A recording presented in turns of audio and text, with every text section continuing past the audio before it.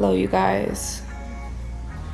It is Tuesday, April 27th, and I'm just getting home from working a late night. I am just in a crazy amount of pain right now. I'm starting to notice, this week especially, I started to notice that my good leg, which is my left leg, started to give me a lot of pain. I've been noticing that my left knee has been cracking a lot, and I'm like super fearful because I'm low-key a hypochondriac. So I'm like, oh my God, I'm putting so much pressure on my good knee, and now I'm gonna start fucking up my good knee, which I'm like super fearful of because I don't want to have to go through a knee replacement or knee surgery for one knee and then eventually have to do the same for the other. Like, I've never had any issues with my left knee, and I want to keep it that way. You know, think about it. I'm putting all of my body weight, all of my pressure on my one leg, and every time I get up and sit down, I'm using that same one leg, that same one side, to lift my entire body up. And so it's just a lot, and I'm over exhausting this leg, and it's like really starting to kick in. And it's not just my knee, I'm feeling it literally from my hip down. And then on top of that pain, I got the pain of my actual injured knee. So it's like, damned if I do, damned if I don't. So I'm just like super looking forward to Friday. This Friday, I do have my my first doctor's appointment with my surgeon, well, with my potential surgeon, right? So yeah, I'm excited. I'm looking forward to it. I am praying to the gods. I'm praying to all of my angels, all of my warriors up there in the sky, that this doctor sees me and is like, okay, I see what's going on. I see what type of pain you're in and what you're dealing with. You've been dealing with it for way too long. Like, the surgery should have already happened. It's going on 2 months now. Let's get you scheduled right away. So that is my prayers. I'm just praying that he understands my pain. He understands the situation that I'm in. He says, let's get this surgery done. You need to take some time off from work so that you can work on your recovery process. And that way I can, you know, do what I gotta do, because this thing is not fun. It is not. Just to give you guys some perspective. So this is my good leg. This is my bad leg. This is my bad knee. You can still see the freaking, that's the bruise from when they drained my knee and they put in the cortisone to numb the pain. But I low-key feel like my knee is still swollen. Like, over time, just from putting all the pressure and the stress on it, I feel like it's gotten swollen again.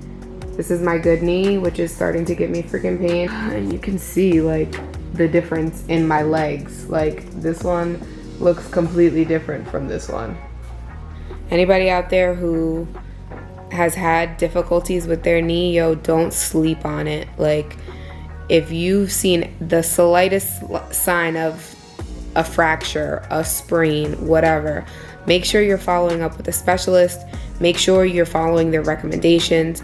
Make sure you're not taking your time and procrastinating on these things, because the more time that you take, the worse it's gonna get. So don't sleep on it, and I will keep you guys posted. I'm just giving you like a little update on where I am, and I will see you guys Friday for the appointment.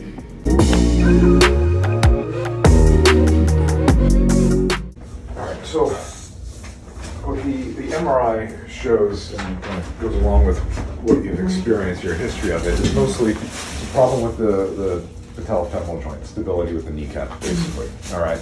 I'm going to read to you what this says here. I'm going to tell you if I think, you know, that I'll try to make it more understandable too. Okay. This is the issue here. Transient subluxation of the patella with shearing injuries to the patella and lateral femoral trochlea. That means that your kneecap popped out and popped back in. All right. Mm-hmm. Mild sprain of the medial patellofemoral ligament, and that's the ligament that is basically connecting or holds that kneecap in place on this side here. When your kneecap pops out, it stretches that out or partially tears it. There's a sprain. Okay. Mild residual lateral subluxation of the patella just means that your kneecap is sitting a little bit tilted out towards the side. and lateral patellar toe, same thing. The femoral trochlea is dysplastic with a shallow sulcus. So that's the way you're built, and that's something that can predispose you to having issues with stability to the kneecap. That speaks of the groove, basically, that if this is a model of a knee and this is your femur, all right, the shape of the femur here, that helps to hold the kneecap in place, all right? And some people have a deep groove, and it's very hard for that kneecap to jump that groove, all right? Yours is more shallow or more flat, and so it kind of makes it easier for it to slide around, all right? And so you have some, underlying, and this is, nothing that is that terribly unusual, but when people have this thing, it makes them more prone to having issues with their kneecap, all right? And part of that's just the way that, you're built, all right? You may have a predisposition in your other knee, too. Yeah, I've been feeling like I've been straining this Well, one. for sure that's going to bother you because you put all your weight on it, but that one has never popped out that you know. Okay. Now, two main things that we need to talk about, kind of short term and long term. I mean, in the short term, your knee is terribly stiff and painful, and we need you to kind of overcome that with the help of some physical therapy to help you function more comfortably in day-to-day life, all right?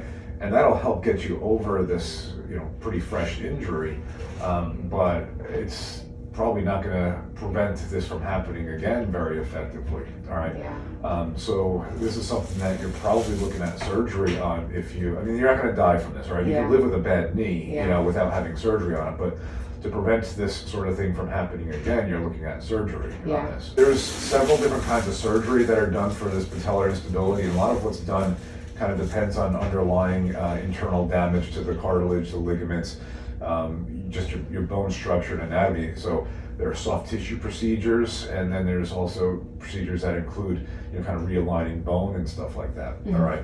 You may have to do something like that, to give you your best chance at a successful outcome with this. And it's something that I would refer you to someone that does a lot of this sort of stuff. It's not something that I do a lot of, and I stopped doing that kind of surgery altogether because I wasn't doing a lot of them, and I have something, unfortunately they're in New York City. I'm not sure if that's something that would be reasonable for you to do, but I have the name of a great surgeon there that I know well and trust, and he does an excellent job and he does the right thing. So I'm going to give you his name and referral, and I recommend getting in to see him. But that's what I think you need. All right, that makes sense. Yeah. I'll give you the therapy prescription, which I encourage you to get going, kind of to help you, from the day-to-day basis, right now. And the referral, and I want you to work on that too, getting to see a specialist that does it, because that's going to be what you need. And I wish that wasn't the case, but I think not doing surgery is you're just going to end up in this repeating cycle. This is how I always got to prepare for this. All right, hey guys, so it's the day of my appointment, and as you guys saw in the last clip, the doctor saw the concerns.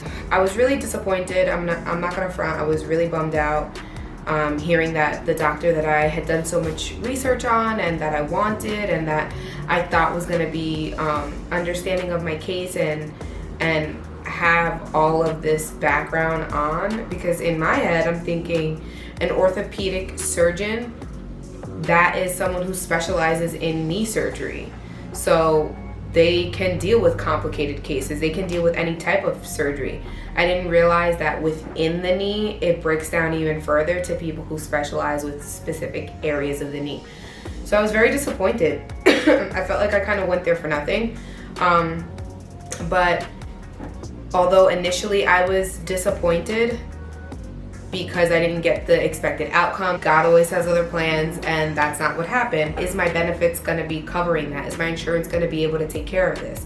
Or is it gonna be like the last doctor where I'm gonna have to come out of pocket $5,000 or more for the surgery? But with all things, we can't allow the unknown to overwhelm us, right? Instantly anxiety kicks in and it wants you to fear what's gonna happen in the future, the unknowns, right? Make you feel really overwhelmed. But I kind of, took some time, calmed myself down, spoke it out with some of my family, and then went right into like research mode. Like, let me figure this out, let me find out, let me ask the right questions to make sure that I can make an informed decision before I move forward. Thankfully, the last doctor that I just saw, he also did give me a script for physical therapy.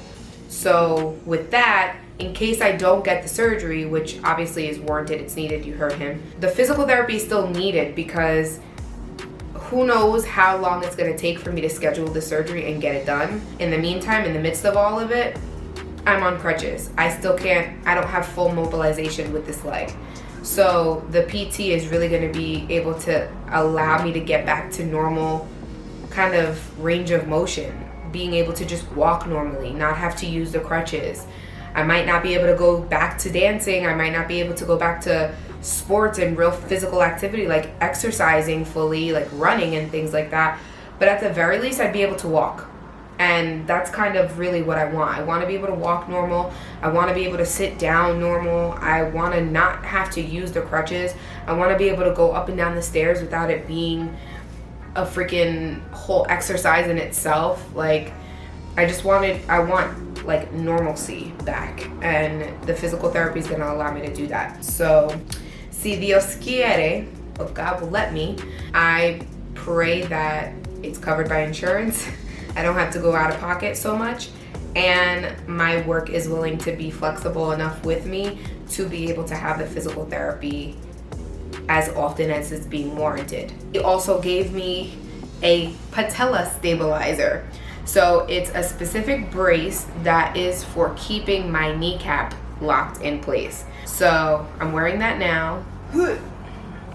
I'll give you guys a better look of it. This, you guys, is the patella stabilizers. Definitely a lot of support. But nonetheless, again, overdrive kicked in for the doctor, the referrals, and trying to get this surgery. They were able to make me an appointment next week. So I was like, whoo, God is on my side. Things are looking up, thank God, because y'all. So I am over the moon that I will be seeing this surgeon next week. This hopefully will be the end of my search, but the beginning of my actual journey. I think I'm gonna end this video here. Be sure to like, comment, share, and subscribe. Stay tuned with me again, because as you guys see, I'm taking you along on this journey, showing you that all things are possible, showing you that life could have curveballs. You go up and down, but you always come back strong, right? Stay tuned, because I'm gonna be getting physical therapy. Y'all gonna be seeing the whole 9 yards. So definitely stay locked in. Please continue to support me on this journey, and I thank those who watch my videos. I see you. I see who's liking, I see who's commenting, I see who's giving me feedback, and I really do appreciate it. I really do. Inspire gang. So again, stay tuned, and I will see you guys shortly. Bye.